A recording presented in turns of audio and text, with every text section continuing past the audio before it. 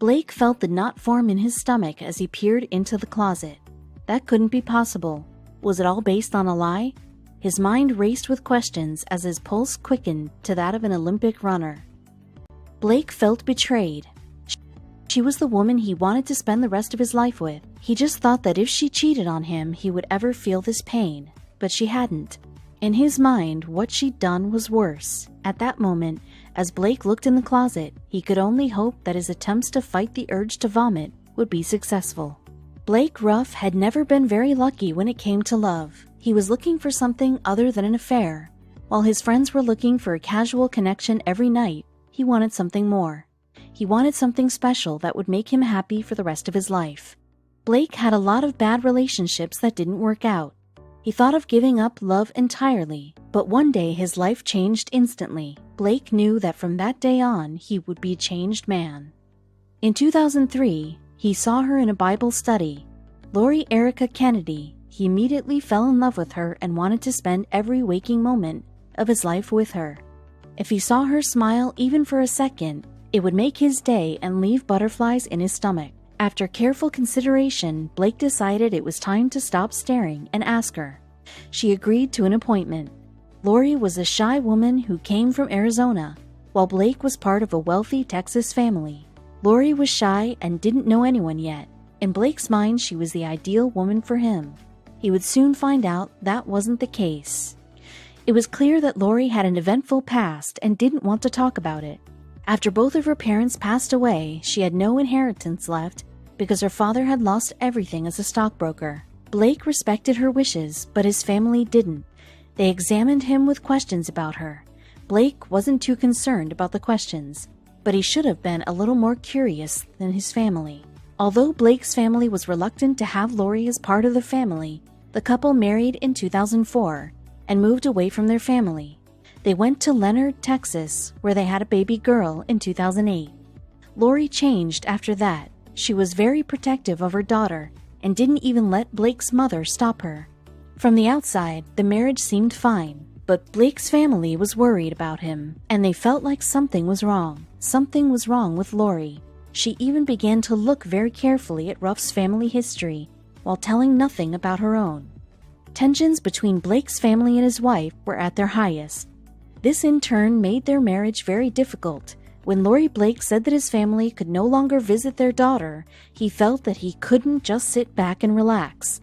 After one last attempt at a reconciliation, Blake finally saw that Lori was not the woman he had fallen in love with. He decided to move back in with his family and continue the divorce proceedings. Blake could take a deep breath and get on with his life and start a new chapter. He had no idea what was going to happen next.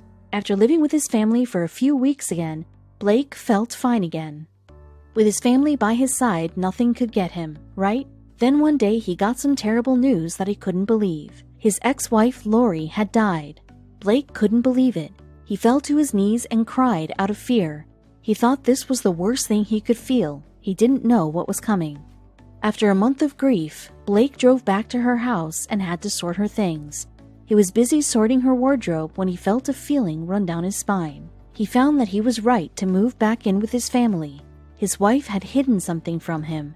She wasn't who she said. She had a lot of secrets she didn't tell Blake.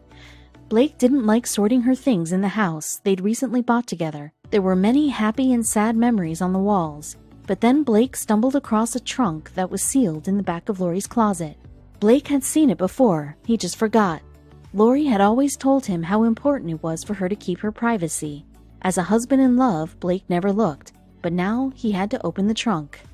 A police officer broke into the trunk and found several documents and ID cards with numerous names and states.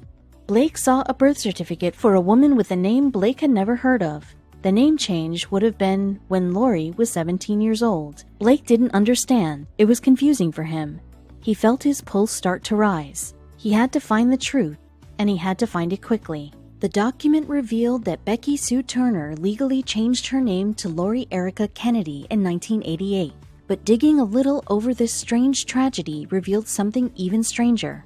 Becky Sue Turner and her siblings died in a house fire in Washington State in 1971, when she was only 2 years old.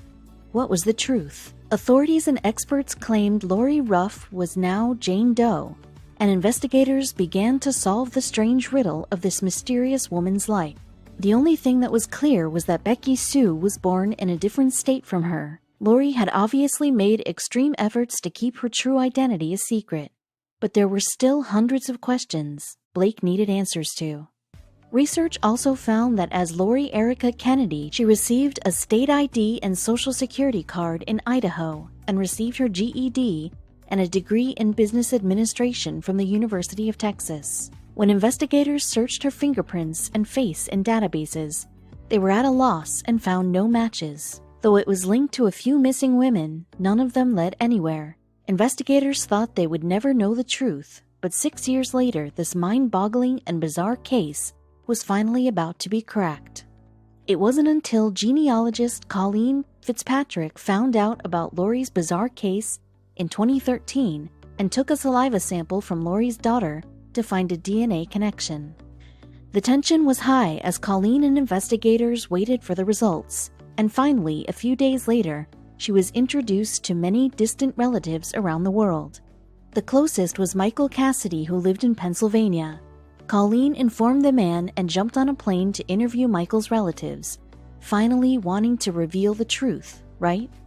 Immediately, a family member recognized the face on the ID cards as Kimberly McLean, which meant that investigators would finally learn the truth about Lori. In 1986, 17-year-old Kimberly disappeared from her Pennsylvania home after her mother remarried a man she did not like or care for. She told her mother never to look for her, and she was never heard from again. Although Lori Erica Huff's true identity was finally discovered years after her death, there are still periods in her life that are completely unknown, and all the other secrets the woman was undeniably hiding had been taken to the grave forever.